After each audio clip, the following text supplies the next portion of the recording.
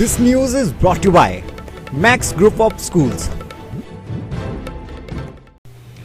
छोटी काशी मंडी के राजघरानों से लेकर कला व संस्कृति के ऐतिहासिक प्रमाण के साथ नई पीढ़ी के लिए अनबुझे तथ्यों को अपने दामन में समेटे हुए मंडीपीडिया.com वेबसाइट लॉन्च की गई। इस वेबसाइट का शुभारंभ अंतर्राष्ट्रीय फल वैज्ञानिक डॉक्टर चिरंजीत परमार के कर कमलों द्वारा किया गया।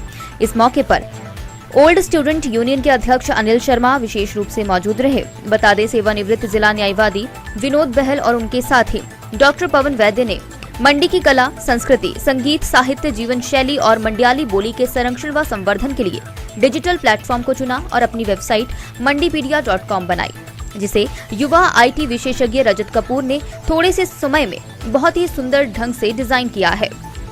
वेबसाइट पर जाकर पाठक स्वयं भी अपनी वंशावली को अपडेट कर सकेंगे। विनोद बहल ने कहा कि मंडी नगर पर शोध करने वाले विद्यार्थियों के लिए ये साइट बहुत ही महत्वपूर्ण होगी और आज के युवाओं को अपने शहर और उनकी जड़ों से उनको परिचय करने में आसानी होगी। ये तो बहुत ही अच्छी बात है यार। ऐसी चीजें तो हर एक शहर में होनी चाहिए जो अपना इतिहास वगैरह बताएं।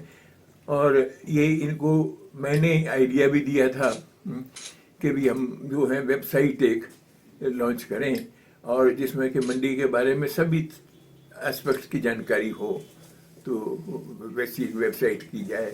तो आज बैल साहब के प्रयासों से ये सपना साकार हो रहा है और मेरा ख्याल है चलेगी काफ़ी। नमस्कार, मैं हूं विनोद बहल। मैं फेसबुक पे इधर उधर मंडी के कला संस्कृति के बारे में अक्सर पोस्ट डालता रहता था। तो आदरणीय डॉक्टर साहब ने मुझे कहा कि अरे भाई, इसको प्रिजर्व भी करना है, ऐसे नहीं काम चलेगा, इसके लिए आपको वेबसाइट बनानी चाहिए। तो मैं जब भी वहाँ पे पोस्ट डालता था, डॉक्टर साहब मुझे हर बार मैसेज भेजते थे कि आप इसकी वेबसाइट बनाइए। तो मेरे साथी हैं डॉक्टर पवन वैद्य, आजकल अपने बेटे के पास अमेरिका गए हैं, वो प्लांट जेनेटिसिस्ट हैं। मैं रिटायर्ड डिस्ट्रिक्ट अटॉर्नी हूँ। हम दोनों को अपनी मंडी कला संस्कृति के बारे में बहुत शौक है, गहराई से इसका अध्ययन करने का।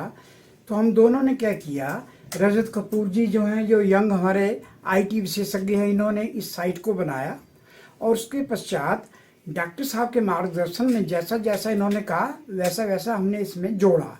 अभी यह हम नहीं कह सकते बहुत पूरी है, लेकिन समय के साथ इसमें हम जोड़ते रहेंगे।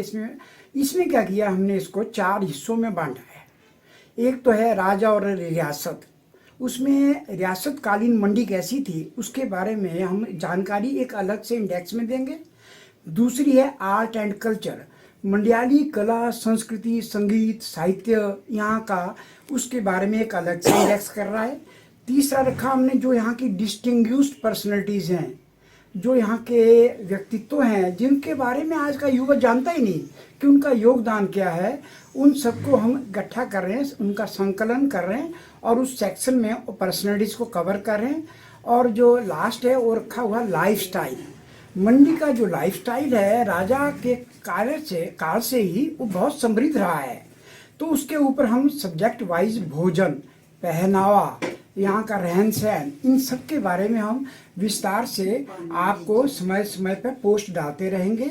इसके अलावा हमारा जो मेन ड्रीम प्रोजेक्ट है वो है कि मंडी जब 1527 में राजा अजबर सेन ने बसाया तो यहाँ के मूल निवासी कौन थे, उनके बारे में हमने जब हिस्ट्री में छानबीन की तो हमें उन घरों के, उन जातियों के नाम मिले, उनके घर मिले हमें। तो हम क्या कर रहे हैं, जैसे जितनी भी मंडी की जो जातियां हैं, रियासत कालीन जो उपजातियां हैं, उनके घरों को ढूंढ रहे हैं और उसमें अधिकांश घरों को हमने ढूंढ लिया। यहाँ पे मूल घर जो हैं वो अभी भी विद्यमान हैं, जैसे वैद्यास के, कपूर, हांडा, मल्होत्रा, जिन्हें लमक्याडूरा घर भी कहते हैं हम। तो इनके घरों के मूल घर ढूंढे हमने। और जैसे सैन वंश के हैं और दूसरे पंडित के अपने हैं, ब्राह्मण वर्ग के, सबको इकट्ठा किया हमने कि यहाँ का समाज जो था बहुत मिलजुल के रहता था। तब उसके पश्चात क्या कर रहे हैं हम, जब यहाँ पे मूल निवासी घर, प्रौढ़ी और चौकियों के ऊपर कार्य करेंगे, उसके पश्चात उनकी हम वंशावली बनाने जा रहे हैं और 50% से ज़्यादा हम काम कर चुके हैं।